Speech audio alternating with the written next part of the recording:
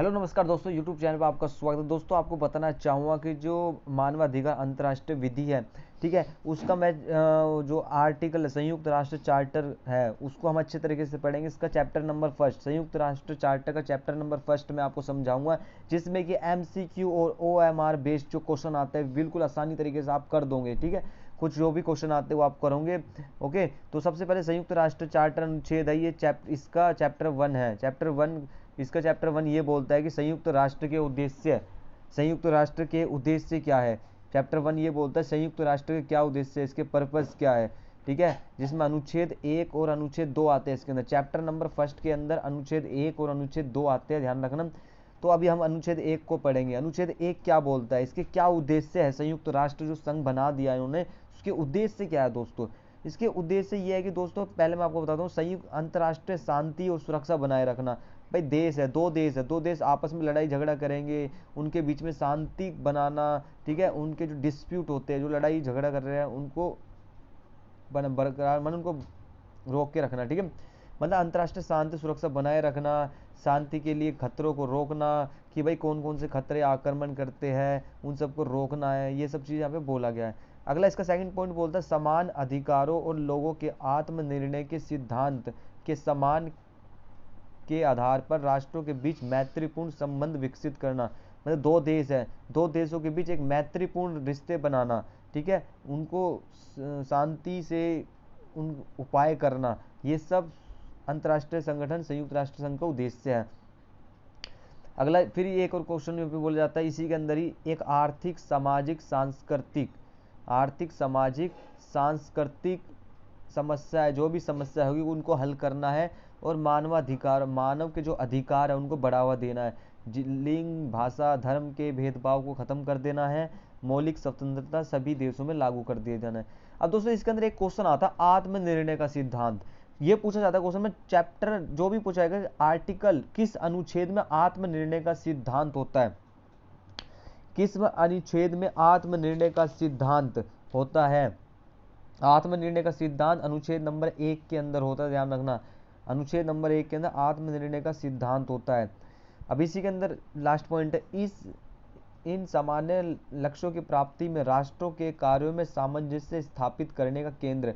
मतलब राष्ट्रों के प्रति क्या सामंजस्य स्थापित करेंगे, बस शांति बनाए रखो, क्यों लड़ाई झगड़ा कर रहे हो, ये सब चीजें। ठीक है, आत्मनिर्णय का सिद्धांत। और एक क्वेश्चन और आता है, मैं आपको बताता हूँ। इसमें एक क्वेश्चन और आता है, वो जो क्वेश्चन है वो पर्पस वाला है। कि क्वेश्चन ये भी पूछ सकता है, कि परियोजन, ठीक है, ये लिख लेना। परियोजन किससे संबंधित है, परियोजन क्या है। परियोजन देखो दोस्तों, परियोजन है वो अनुच्छेद नंबर एक में दिया गया है। अनुच्छेद एक का मतलब है कि परियोजन को बोलते हैं हिंदी में उद्देश्य। अगर आप इंग्लिश में पढ़ोगे इसका पर्पस आता है।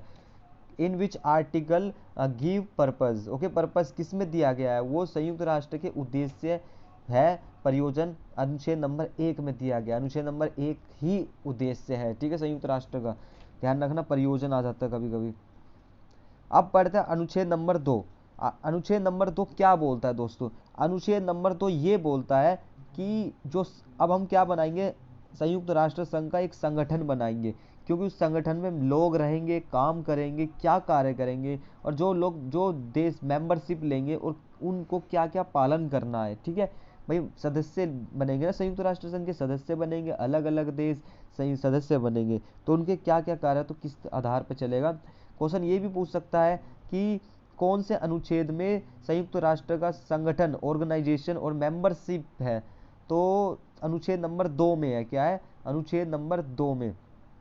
अब इसके देख लेते क्या कार्य है। ये बोलता है संगठन अपने सभी सदस्यों की संप्रभु समानता के सिद्धांत पर आधारित है। जो संगठन है वो सभी सदस्यों के साथ बराबर रहेगा। ठीक है, अगला ये बोलता है सभी सदस्य उन सभी को सदस्यता से प्राप्त अधिकारों और लाभों को सुनिश्चित करने के लिए वर्तमान चार्टर के अनुसार उनके द्वारा ग्रहण किए गए दायित्वों को सद्भावना पूर्वक करेंगे। मतलब सभी को लाभ मिलेगा, ऐसी बात नहीं कि एक को ही लाभ मिलेगा, एक ही देश को लाभ मिलेगा, ऐसा नहीं है। इसमें बहुत आज आज 193 देशों ने इसमें भागीदारी निभा रहे 193 देश है, साइन करे 2006 के उसमें। उन्होंने ये बोला है कि जितने भी देश होंगे उन सबको लाभ मिलेगा। सभी सदस्य अपने अंतर्राष्ट्रीय विवादों को शांतिपूर्ण तरीके से इस तरह से सुलझाएंगे कि अंतर्राष्ट्रीय शांति और सुरक्षा न्याय खतरे में न पड़े।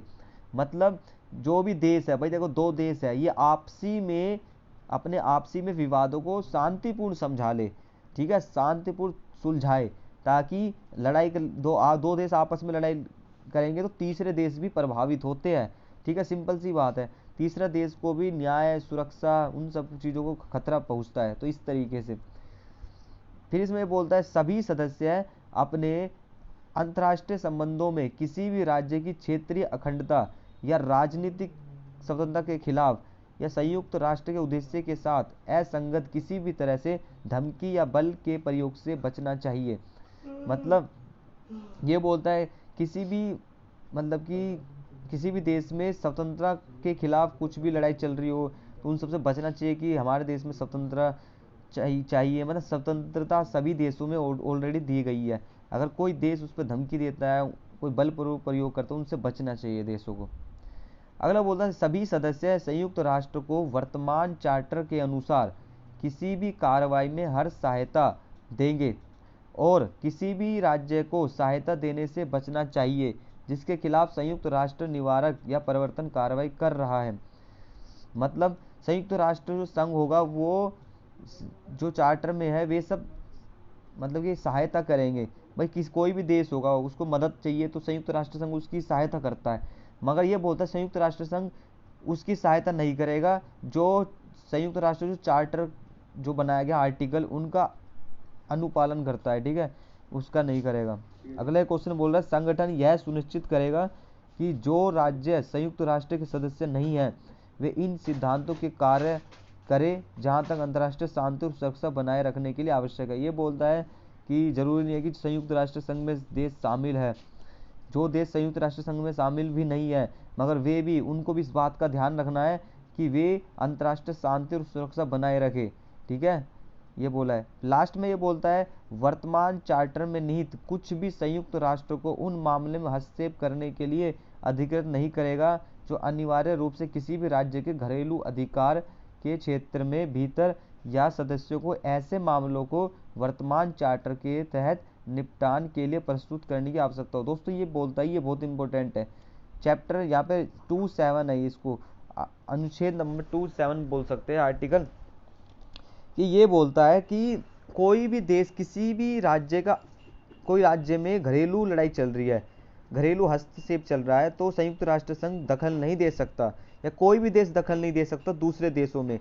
भाई उस देश में क्या चल रहा है, अंदर क्या चल रहा है, कोई दूसरा देश दखल नहीं दे सकता, ठीक है। तो ये सब चीज़ें बोल रहा है, ये सब था संगठन जो सदस्य बनते हैं उनके क्या क्या कार्य हो सकते हैं, ठीक है। तो चैप्टर नंबर फर्स्ट आपको अच्छे तरीके से आ गया होगा। तो इसमें से 2-3 जितने भी क्वेश्चन बनते हैं ये लास्ट वाले क्वेश्चन बनता है, हमेशा ध्यान रखना, ठीक है। तो एमसीक्यू तो आपको अच्छा लगा होगा, तो चैप्टर फर्स्ट आपको आ चुका है। बाकी वीडियो के लिए आप मुझे कमेंट बॉक्स कर सकते हो। अगर आपको ये पीडीएफ चाहिए तो आप हिंदी बाबा चैनल पर आइए और टेलीग्राम पर, और आपको मैं वहाँ पे ये पीडीएफ आपको सेंड करूँगा। ओके, धन्यवाद।